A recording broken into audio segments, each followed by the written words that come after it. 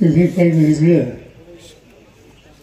की तुम्हालाच नाही तर महाराष्ट्राच्या कानाकोपऱ्यात सर्वसामान्य लोकांना एक प्रकारचा धक्का बसला आहे. वीज जिल्हा याचा एक महाराष्ट्रात लौकिक आहे. हा जिल्हा मी अनेक वर्षापासून या त्या निमित्तानं जिल्ह्याशी संबंधित आहे. वारकरी संप्रदाय हे या जिल्ह्याचं वैशिष्ट्य आणि वारकरी संप्रदायाचा विचार घेऊन आपलं आयुष्य जगणार आहे. दुष्काळ पडल्यास ते त्याला तोंड देणार आहे. महाराष्ट्राच्या साखर उद्योगाला हातभार देणार त्यासाठी कष्ट करणार आहे. कुणी आहेच हा प्रश्न विचारला तर वीजचा हा उल्लेख त्या ठिकाणी केला जातो. आणि अशा जिल्ह्यामध्ये जे काही घडलं हे कुणालाही न फसणारं न सोसणारं अतिशय चमत्कारिक अशा प्रकारचं. त्या तरुण सरपंचाची हत्या झाली. 15 वर्ष लोकांच्या फाशी झालं. त्या पदावर बसण्याचं काम त्यांनी केलं. 15 वर्ष ज्याची निवड झाली त्याचा अर्थ लोकांच्या दैनंदिन सुखदुःखाशी संयम सोडणारा, वादविवादापासून दूर राहणारा असा हा तरुण कर्तव्यवान लोकप्रतिनिधी म्हणून तुमच्या गावामध्ये काम करतोय.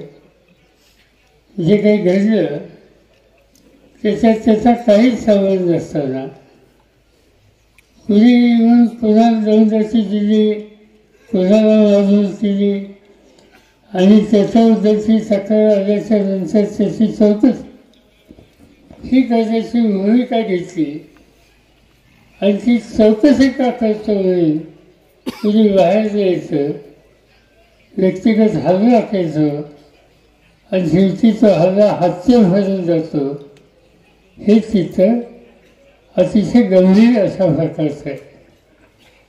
याची नोंद ही राज्य आणि केंद्र सरकारने घ्यायला हवी.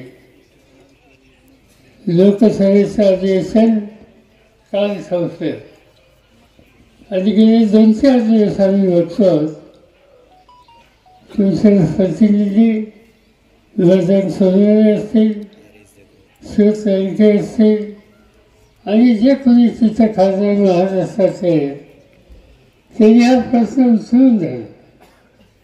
गृहमंत्र्यांना भेट सार्वजनिक स्वतः हा प्रश्न त्या ठिकाणी मांडला आणि इथं न्याय द्या या प्रकारचा आग्रह वर्धन सोनवणे आणि त्यांच्या सगळ्या सहकार्यांनी देशाच्या लोकसभेमध्ये मांडला.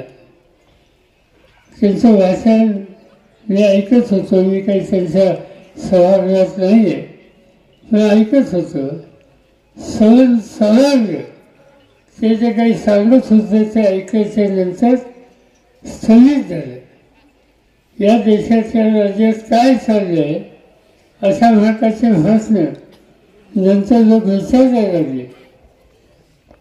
हे दुसरं जिथं मांडायला हवं आहे तिथं मांडलं.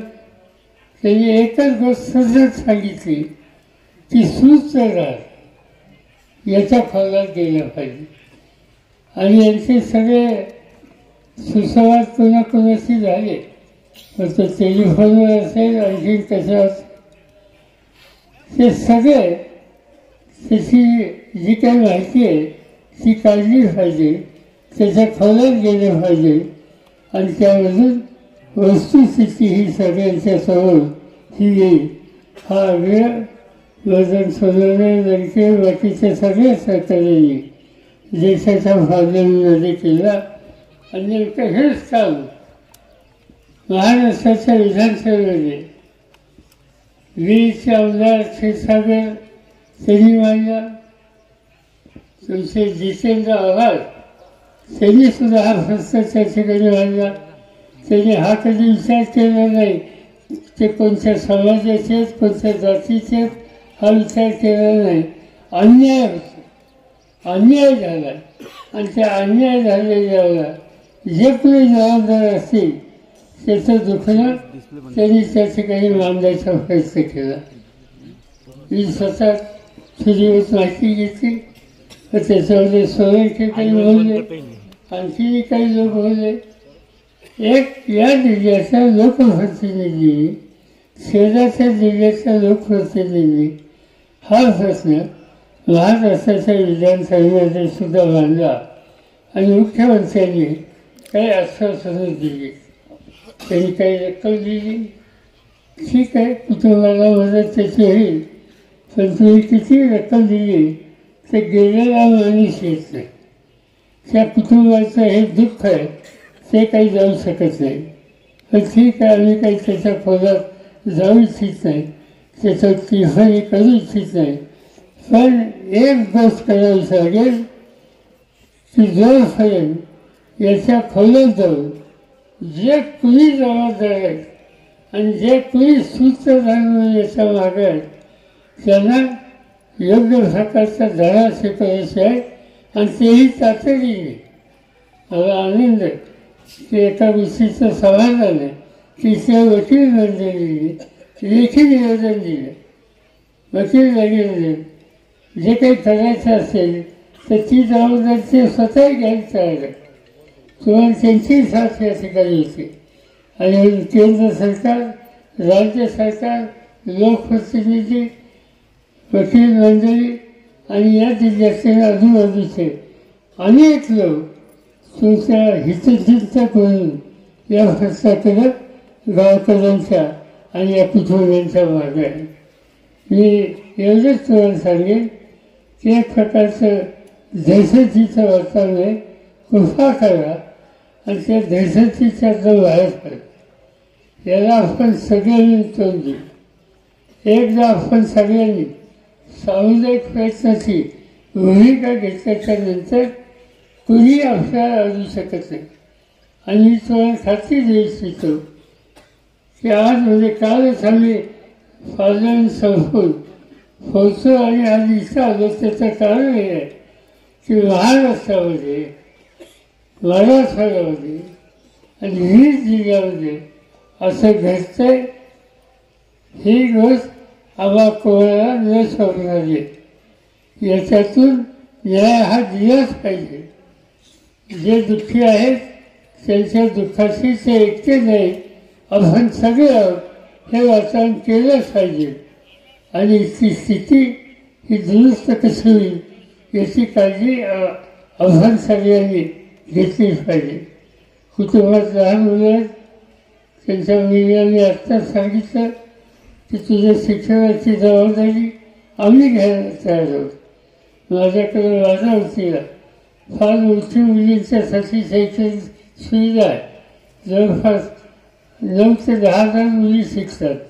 त्याच्यामध्ये आणखी एक मुलगी असेल, तुझा मुलगा येत असेल, त्यांचं पूर्ण शिक्षण आपण करू, त्यांना धीर देऊ, कुटुंबाला धीर देऊ. त्यांच्या मातोश्री आणि कुटुंबातले इतर घटक आहेत त्यांना आपण सगळे मिळून एक प्रकारचा आधार देऊ आणि हे सांगू की तुम्ही एकटे नाहीत, तुमच्या मागं हा सगळा आम्हा लोकांचा एक प्रचंड संख्येने वर्ग आहे.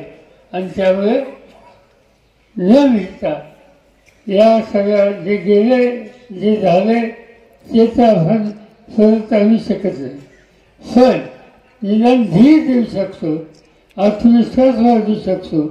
ते एकटे नाही ही भावना निर्माण करू शकतो आणि ते काम आपण सगळे मिळून करू. एवढंच हे ठिकाण सांगतो. राज्य सरकार, केंद्र सरकार याच्या खोलात जाईपर्यंत आम्ही स्वस्त बसणार नाही हा विश्वास देतो आणि 2 शब्द संपतो.